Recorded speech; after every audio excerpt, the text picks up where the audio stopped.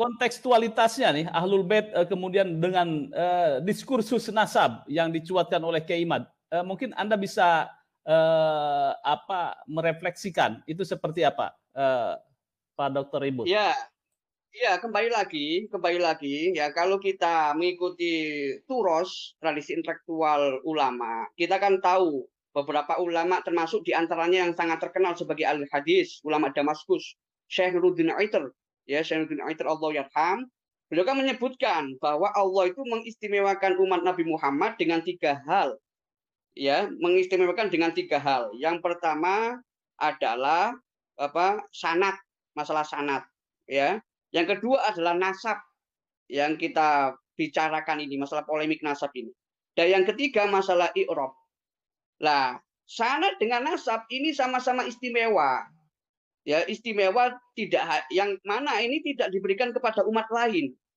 Diberikan kepada umat baginda Nabi Muhammad Shallallahu alaihi wasallam. Kemudian kalau kemudian Mas dikaitkan dengan polemik nasab, sebenarnya ada kemiripan.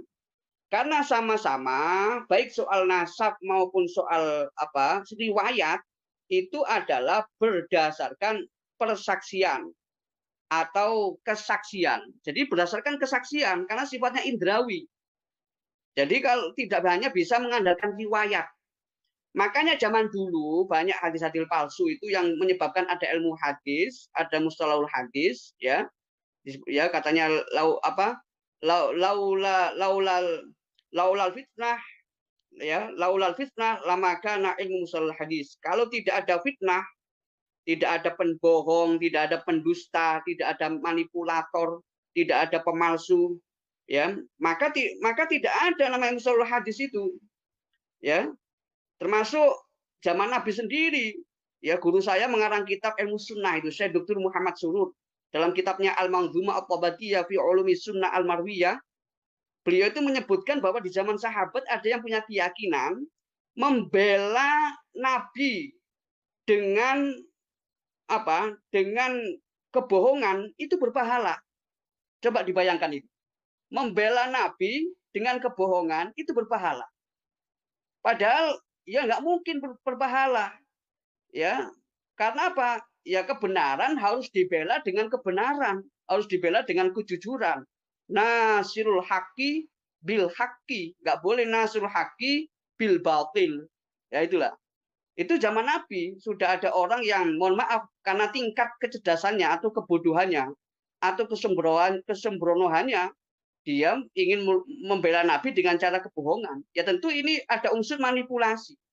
Apalagi zaman setelah Nabi, ya zaman tabiin dan seterusnya, ya itu bermunculan hadis-hadis palsu, ya sehingga ada ulama-ulama yang membela hadis, membela sunnah, termasuk muncul orang yang ingkar sunnah kayak di zaman Imam Syafi'i, sampai Imam Syafi'i mencetuskan teori mukhtalaful hadis dan beliau dijuluki sebagai nasirus sunnah. Karena untuk menyelesaikan persoalan orang-orang yang ingkar sunnah itu.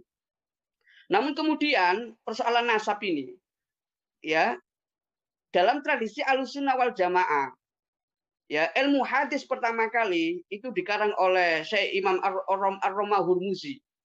Ya kitabnya berjudul Al-Muhaddisul Fasil Bainar Rawi wal Wa'id.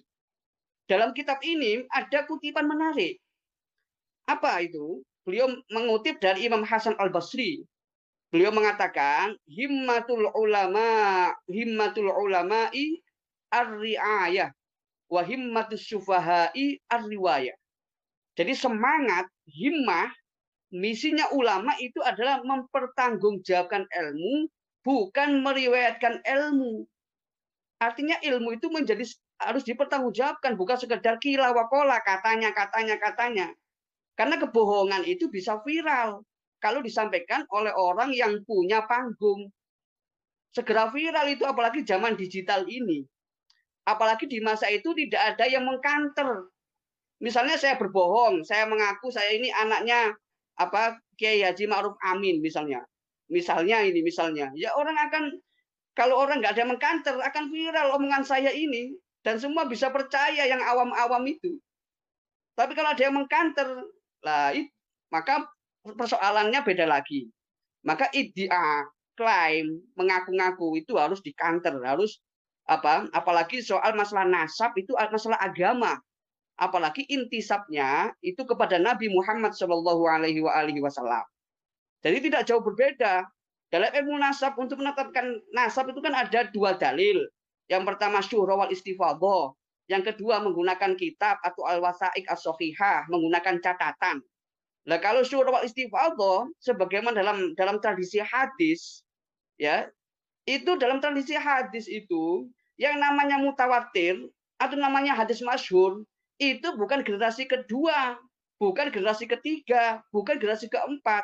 Hadis mutawatir, hadis masyhur itu generasi pertama.